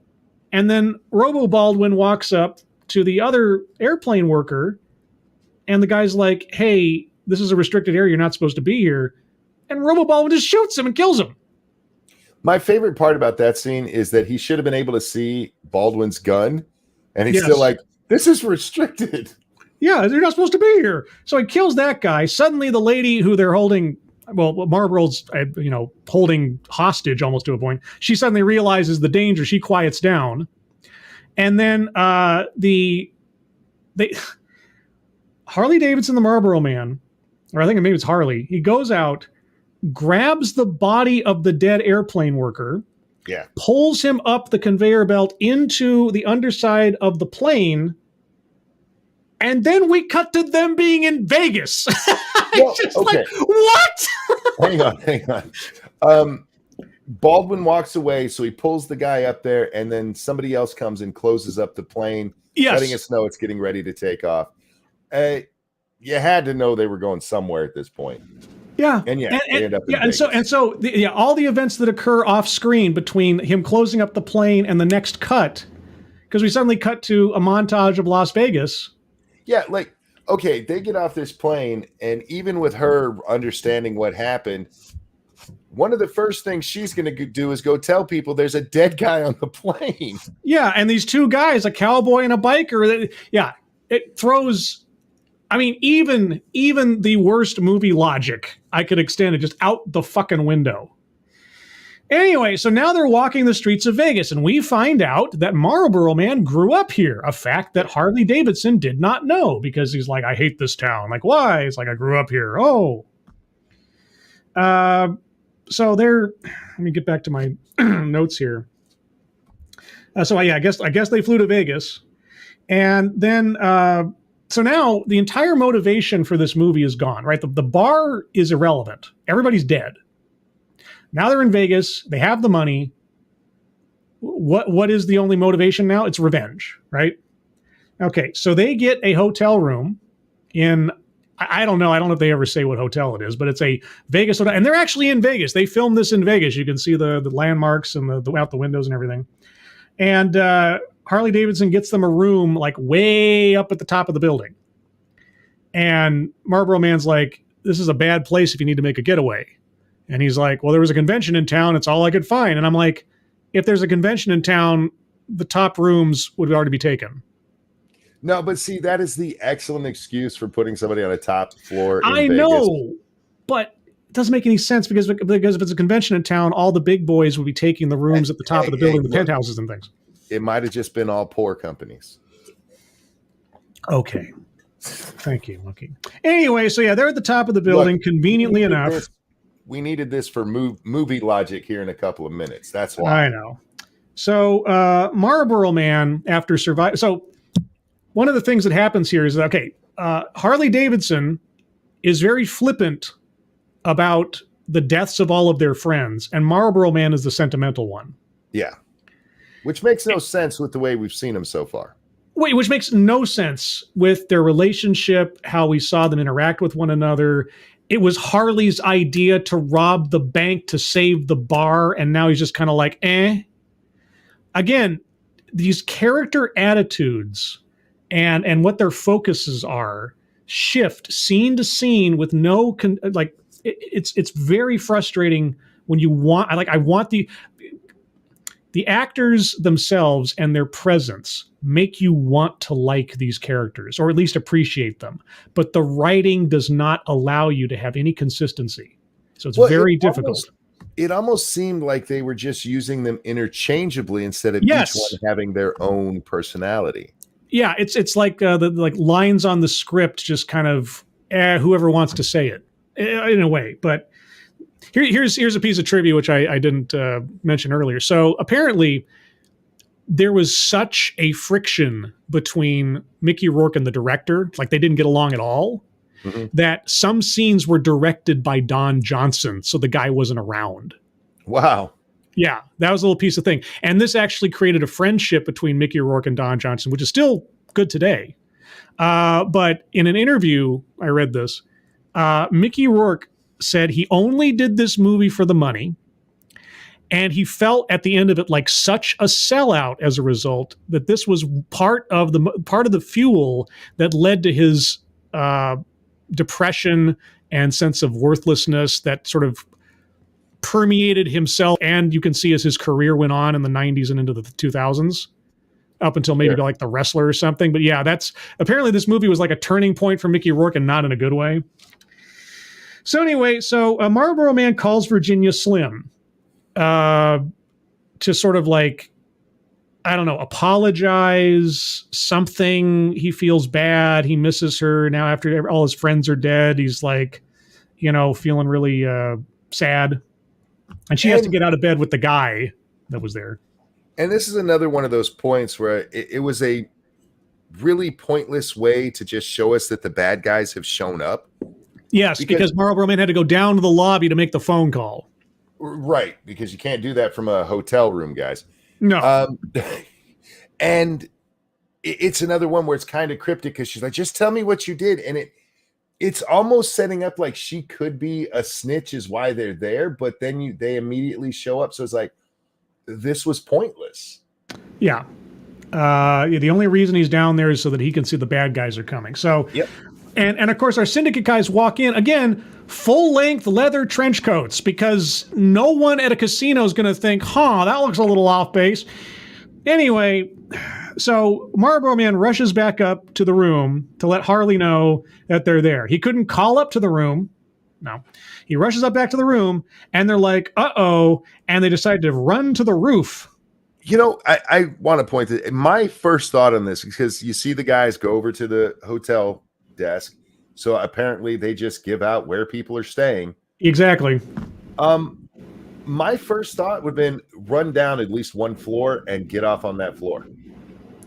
I was thinking, call up to the room, tell Harley the bad guys are here, change your clothes, and take the stairs or something, and I'll meet you in the parking lot, because it's a casino. You can lose yourself in 3 seconds amongst the crowd. Anyway, makes no sense. Anyway, now we're on the Vegas rooftop of this building, and Harley Davidson and the Marlboro Man decide to hide behind an air duct thing, one of those metal air duct kind of deals, which is about as effective as tinfoil to protect you from gunfire, just so you know. And it is one of the better scenes in the movie as far as like the characters interacting and what happens next. So they're like, we're cornered. What are we going to do? Harley Davidson ekes over to the edge of the building, and they're really on top of a building. This isn't like some kind of special effect. This is before, there's some bad green screen in this movie. We'll get to that later, but not this. Anyway, so he goes over the edge of the building, looks down, and there is a swimming pool about, 15 stories down. Yeah, at least. Yeah. Something like that. Okay, so yeah. And this pool, you can even see it from the shot that they give you. This pool is not exactly Olympic size deep. Okay, this is basically a wading pool, more or less. It maybe goes down 10 feet, maybe. Terminal velocity, someone jumping off a building at that, not going to survive. But anyway, so he's like, we're going to jump. And Marlboro Man's like, I'm not going to jump. And then the bad guys show up and start shooting, which again, the guns that they had would just tear through what they were hiding behind, but never mind. And Harley Davidson jumps. And it's this very Butch Cassidy and the Sundance Kid moment, right? There's a lot of that in here where they're kind of giving little bits and pieces of homage to Butch Cassidy and Sundance Kid, but this is about as close as you come to a direct sort of homage. Anyway, so Harley Davidson jumps off the building into the pool and survives. And then Marlboro Man is up there all by himself, and I forget what he says on the way down. Like, oh shit, like, Harley, I hate you, or something. Or yeah, basically. For the record, you could survive that fall into water, but you have to do it a very specific way. Harley lands on his ass, and Marlboro Man is upside down on his back. Yeah. Both of them would have come out cripple at best. At best. And here's another thing to remember. So there's gunfire before they jump, and Marlboro Man takes a few shots. Remember, this is the guy who from shooting from the hip could take out a guy's belt buckle and take the gun out of his hand, but this guy can't make a headshot right now. From maybe 15 feet away. If that, right? Yeah. And especially since he had, if we're going to give the credit to the cover that he had as being impenetrable to bullets, he had cover. So he had more time. Anyway, so he doesn't shoot. He doesn't kill anybody. He jumps off the building, lands in the pool. They're both soaked, and they go marching off soaked. And then we have suddenly transition. Wonderful transition of they're completely soaked to the bone, and then boom, it's the middle of the day, and they're on a train headed somewhere east or something. And they're kibitzing on the train, and Harley realizes, the coin was hollow, and there was a tracking device inside. Yeah. That's how they found us. Which, again, yeah. He got the coin back because he had given it to Don Johnson. Don Johnson, when he left the hotel room, left it on the floor there. Right. And I think we're supposed to get that he figured it out right there because they linger on the coin for a second. Yeah. But not long enough. The emotional attachment to that coin is that it was their bet that they were going to live. So you have an emotional attachment to the coin already established. And then it turns out, it was just it was a decoy. That was the tracking device, you guys. Yeah, they should have given something more to that coin's. Yeah. Anyway, again, lost opportunities, things they should have said to enhance things and didn't. Okay, so they're on this train, and they decide they're going to part ways.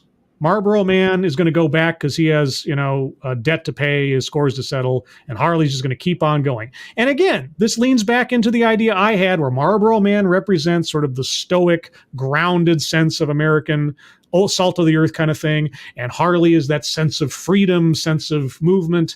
And so Harley stays on the train going to, I think he said Boulder or Denver or something, and Marlboro Man just jumps out of a moving train, rolls, and then walks off. Well, he stops and waits to see if Harley's going to jump too. That's true. And this is what I don't know what they were thinking. Maybe they were thinking that early on the conversation with him and Harley, this is Marlboro Man coming to that same sense of, we can't have the unfinished business. It got to have greater than that kind of thing. But you can't do that while at the same time giving Harley no reason whatsoever to abandon it all. His reasoning that they give at this moment is, he all the people involved were dead. The bar's lost anyway, so it might as well just move on. So anyway, they part ways in this sort of quasi-meaningful moment. And I say quasi because it won't last long. And Marlboro Man jumps out of the train, and all of a sudden now it's nighttime, and he's back at Virginia Slim's house, apartment, condo, whatever. Don't know how he got from the middle of the desert or whatever back to California. Don't know anything. It just happens. Just teleportation. And so he comes to the door, and at the door is the other man. And the other man is angry. He's like, "What are you doing here?" And he's like, "I'm here to see Virginia." And it's like, "She's sleeping. Well, wake her up." And then we cut to Marlboro Man's kind of sitting there waiting while they're yelling at each other in the condo. Where's my bike? That would have been a funny little moment. Like, where's my bike? I'm like, about that. It's something. How would I know?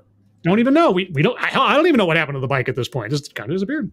Anyway, so then Virginia comes out, and Marlboro Man says something to the effect. I'm paraphrasing. He says, "I just wanted to say before what happened between you and I ended is that you're the best thing in my life." Or something like made me a better man or something like that. You made me a better man. You made me a better man. I'll, very as good as it gets kind of thing. Very meaningful. And then all of a sudden, Harley comes back. Right then, at that moment. Somehow he got to Denver and came back. She turns around and leaves because she calls him Robert as he starts to walk away, but he keeps walking away. She turns around and leaves, and that's the end of her. Yeah, we don't see her again. I think he had his bike with him at that point, didn't he? He had to get on his bike. No, that's when Mickey Rourke pulls up and takes him away. Did he get on the bike with Mickey Rourke? No, Marlboro Man had a motorcycle. He got on his own motorcycle. Right, you're right. Yeah. He must have walked from the desert back to town and wherever he left the motorcycle at the bar, I'm assuming. And anyway, who cares? Don't think too hard. Why am I doing it? Anyway, so then Harley shows up and the two of them take off because Harley's had a change of heart. And then we have them on the billboard again. And a couple of interesting things happen. First off, Harley has a gun now. A 454 modified or something. Yep. And Marlboro Man's like, that's too much of a gun for you. And it is, because we know that he can't fire a shot to save his life yet. but there's one little piece of dialogue that I wrote down that they exchanged. Something to the effect of, Harley says, I never wanted to kill anybody. And Marlboro Man says, me neither. And I thought, yeah, the Marlboro Man never really did want to give anybody cancer. And I was just like, was that it? Am I reading too much into it? I've read into everything else. Sure, why not? Well, anyway. That part there is to set up what happens later, where to this point, we've seen they've had no qualms about trying to kill people at all. But they haven't killed anybody. At this point, they have, because they killed they'd already shot somebody. Did they? Yes. I'm trying to remember who. Or at least trying to kill somebody. Let me No. They have shot at people. They have hit people. They haven't actually killed anybody at this point, because the only people they ever hit was the bulletproof wearing guys. The two security guards got killed by the Baldwin brothers. Yeah. I'll just call them Baldwin brothers. But yeah, at this point, I don't think they've personally killed anybody in the movie yet. Don't think so. They've tried unsuccessfully. Anyway, so they're getting themselves ready. Oh, sorry. The reason I'm hesitant on that, because when they go to the bone or the graveyard again, yeah, only 4 trench coat guys get out instead of the full 5. Oh wait, I take it back. One of them got killed on the rooftop. Yes, there you go. Yes. Okay, one of the 5. Yeah, that's right. Okay, I take it back. Yeah, one of the 5 did get a headshot on the rooftop just before Marlboro Man jumped off the building. That's right. Okay. So we had 5, now we're down to 4. All right. So anyway, they're getting themselves ready, and Marlboro Man is again attending to his boots. And Harley Davidson asks him again, like, what's up with those boots? And he's like, my daddy gave me these boots. He's like, why did you tell me that? And I forget what Marlboro Man's excuse was. Like, I didn't feel like it or something, or it's not your business. No, he just explains, that it's nothing, that it was the first and last thing his dad ever given. And I don't think he actually gives an excuse for why he never told the story. Yeah. It's just, this is my story. It wasn't, something I wanted to share, but he didn't actually say that out loud. And calling back to a line that was between him and Virginia at one point, she says, don't end up like your father, drunk, alone, and whatever. Yeah. And again, these little bits and pieces of humanizing what I should be just avatars of abstracts. Anyway, so they get themselves ready, and then they go back to the graveyard because Harley Davidson has decided to turn the tracker back on. Mm-hmm. He does this by taking the 2 halves of the coin and just squeezing them together, and apparently that activates it or something. And immediately this signals Robo Baldwin, who is already in a helicopter flying over Los Angeles looking for them on a tracker that hasn't been activated for hours or at least a day at this point. And it is really good tracker. It is really good. It knows exactly this little map and everything. It looks like something like if you had your little Fallout Pip-Boy kind of thing going on there. So yeah, they're in this really sleek helicopter flying over the city, that kind of like helicopter that, it reminds me specifically of a particular helicopter from the 80s. Almost like it's the exact same model from a very particular helicopter from the 80s. I have no idea. Anyway, moving on. So they go off to the boneyard again, the airplane graveyard. Now it's daytime again. And they're waiting there in ambush for the bad guys. And the bad guys, I just have a note here, just says, shoot out. Well, that's pretty much all it was. And Yeah. all that's important until the very end of the shootout. Yes. So everybody shoots, and there's a whole bunch of moving around the planes and things and shooting.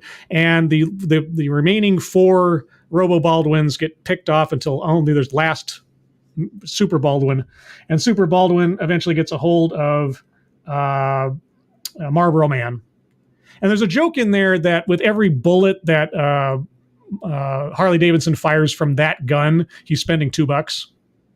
Yeah, and this is one of the places I think they really dropped the ball, because this joke that goes on throughout this shootout should have went on throughout this movie. Yes, it should have been a running gag.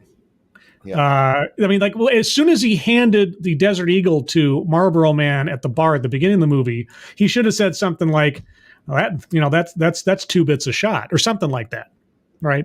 Like the cost of a bullet should have been a constant thing, but it only kind of comes up at the end. Yeah. Anyway, so chain of events, all the other guys get killed. Baldwin's got Marlboro Man in a headlock and a gun to his head, and now it's up to Harley Davidson to save Marlboro Man, and he's got his super duper gun. Now, Marlboro Man's already been shot once and grazed in the arm, so he's like bleeding from his arm.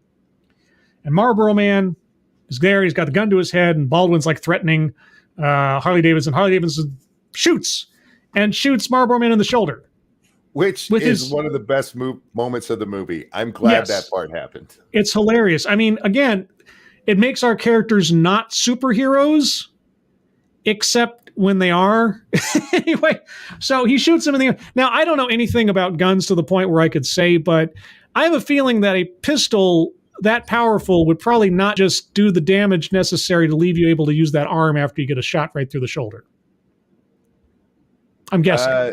Yeah. With the size of bullet that I think was coming out of that thing. Anyway. Depends on where it hit him.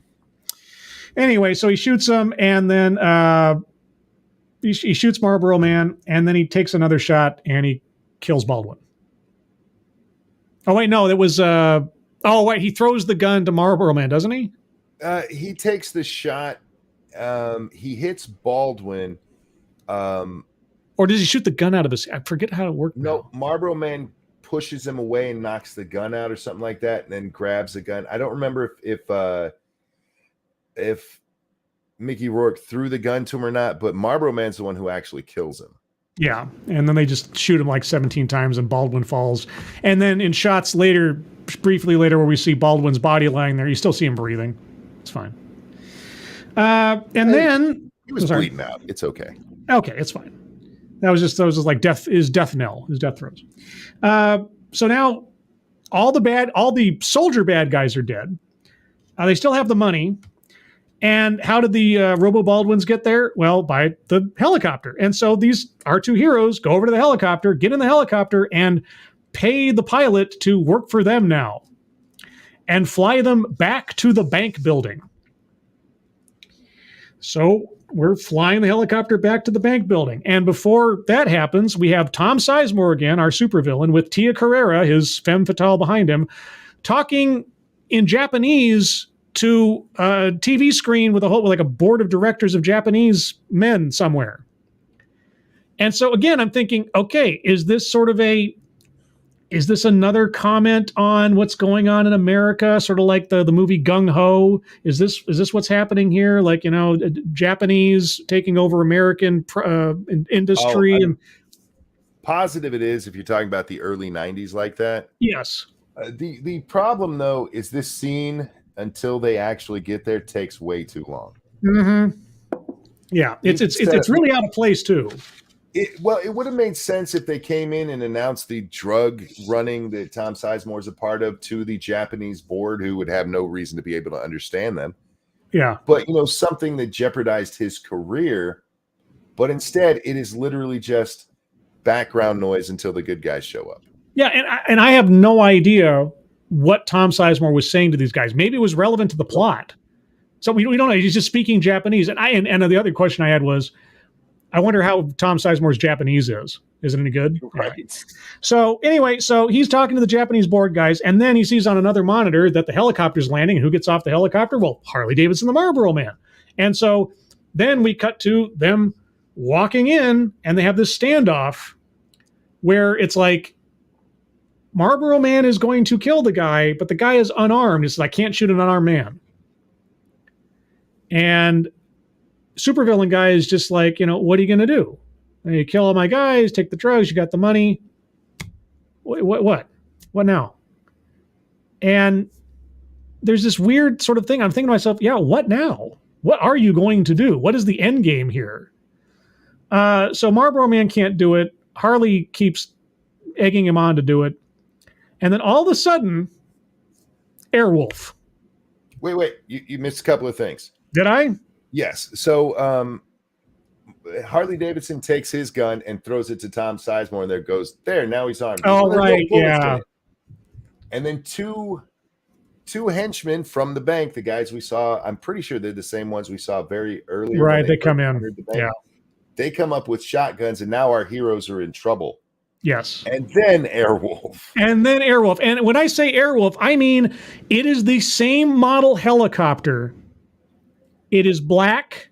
It's got red piping on the sides, not the same pattern. But for all intents and purposes, Airwolf arrives. It's the helicopter that came back to the place. And now this helicopter has an underslung super minigun underneath it. It then opens fire on the office. Yeah, he waves to our heroes to let them know to get down. And they see it, and Tia Carrera sees it, but they're the only ones who do. And so they get down, and everybody else is turned into Swiss cheese. Well, no. Only the two guys with the shotguns are back. Yeah, Tom Sizemore did get down. I apologize. Yeah, Tom Sizemore. Yeah, the only guys. Yeah, the only guys that ended up getting killed in that were the two guys with the shotguns. Tia Carrera, Tom Sizemore, and our two heroes are fine. Yep. But somehow the helicopter pilot, A, knew that was the moment to suddenly arrive. B, that helicopter was armed with a minigun. And C, that helicopter pilot would be like, I'm okay with suddenly murdering two people I don't even know or am working with. Like, okay, sure. So the entire front side of all the windows is blown out by Airwolf. And then Airwolf takes off. And then we have a fight between Marlboro Man and Tom Sizemore, where they're wrestling and rolling around. And finally, Tom Sizemore is just about to fall off the building, but grabs onto Marlboro Man's foot to hold himself, his boot. And then Harley Davidson jumps over and holds onto Marlboro Man as Marlboro Man's boot starts to disintegrate from all the duct tape and everything. And then finally it comes off, and we get the worst imitation of a Hans Gruber death fall, with the worst green screen. I mean, oh God, to this point in the movie, there has been no optical effects really. There's not been any there might have been some matting here and there kind of thing, but putting people in front of a green screen and having a fake background hasn't happened. They were really in Vegas. They were really at the airplane graveyard. There was no weird outlines of people, but now all of a sudden, even the jumping into the pool was real. Yeah, that was real people doing that. There was a real helicopter flying next to the building when they did the ground shot of it. All this stuff has been practical to this point in some way, shape, or form. I mean, maybe the helicopter was a model, but either way, it was a real thing. Now they decide to have green screen, and it looks so bad, and it's so out of place to everything else in the movie. It literally looks green around the edges. Not only do we get green screen from the shot down, but from the shot up. Oh, it's horrible. It's absolutely horrible. Yeah. So Tom Sizemore does a Hans Gruber off the building, and they follow him all the way down to the point where you would conceivably see him splatter on the ground, but it's still green screen. Yeah. And then it's over. It's just done. They walk out, and then we are at the rodeo. Because at one point I think it was in the last billboard conversation, Marlboro Man talked about how he couldn't get on a horse again after some terrible rodeo where he fell off, and Harley Davidson says, you should do it again. Well, and here we are. That part goes back to his dad, because his dad gave him those boots specifically for his first rodeo. Right. Yeah. So now we're at the rodeo. Character development that they just kind of let fizzle. That fizzle, it almost sounds casual, like a one-off, like it doesn't mean anything. All the things that should say something significant about the characters are delivered in such a mild fashion over the course of the film that they don't stick. They don't anyway. So now we're at the rodeo, and Marlboro Man is dressed up in his rodeo outfit, and Harley Davidson is in his Harley Davidson outfit, and they're this is another goodbye. Harley Davidson is going to leave again to go off and wander the wastes or whatever, and Marlboro Man's going to take hold of his, I don't know, past or destiny or something. They hug. It's very brotherly. Like they're never going to see each other again. I will say this. I'm glad the way they did the hug, because they do a handshake and then they do a quick, almost bro hug, but still a little bit more. Yes. It was meaningful. And then step away. Yeah. It felt legitimate. That part was good. And then the announcer at the rodeo finally tells us Marlboro Man's real name. Robert Lee Edison. Why? I don't know. Is that a combination of Robert E. Lee and or a switcheroo and like Thomas Edison? I don't know. I keep looking for meaning in these things. I don't know. I don't think there is anything. Again, Marlboro Man has a real full name. It is a code name. It is a nickname, even though everybody else's names are their names. Anyway, so yeah, and then he gets on his horse, or it was a Bronco. I forget now. I think it was a horse. Bronco. Sorry, yeah, gets on a Bronco. I know a Bronco's a horse, but it's specifically anyway. He gets on his Bronco, and the bell rings, and he's out there, and he's bucking and everything else, and it's obviously not Don Johnson. How dare you? That was obviously Don Johnson. Obviously Don Johnson. He does his own stunts. And then we cut to Harley Davidson pulling out of the rodeo, the carnival grounds or whatever, and he's pulling up to the side of the road. Oh, God. And the camera pans over, and there's this slim waist, tight jeaned, smoking hot woman. Oh, my gosh. And she's just standing there with her thumb out because she's going to hitch a ride. And Harley Davidson with his little tiny round sunglasses on his bike looks over and says, "Where are you headed?" And she says, "Nowhere in particular. We'll hop on. I'll take you there." Yeah. And then motor off into the not sunset, but off into the road. And then the Western music pulls up, and then that's the movie. I want to talk about that ending because they show him put on his boots. And that's awesome because he has his new boots on. New red boots with the spurs, yeah. They get the bro hug. That should have been the end of what we saw of Harley Davidson. And then we should have saw him get on the horse ready to shoot. And right when the buzzer goes off, the end. Yeah. They gave us too much. They gave us he successfully rides that bronc. If you count, because I did. He goes, I want to say 7 seconds. At least, yeah.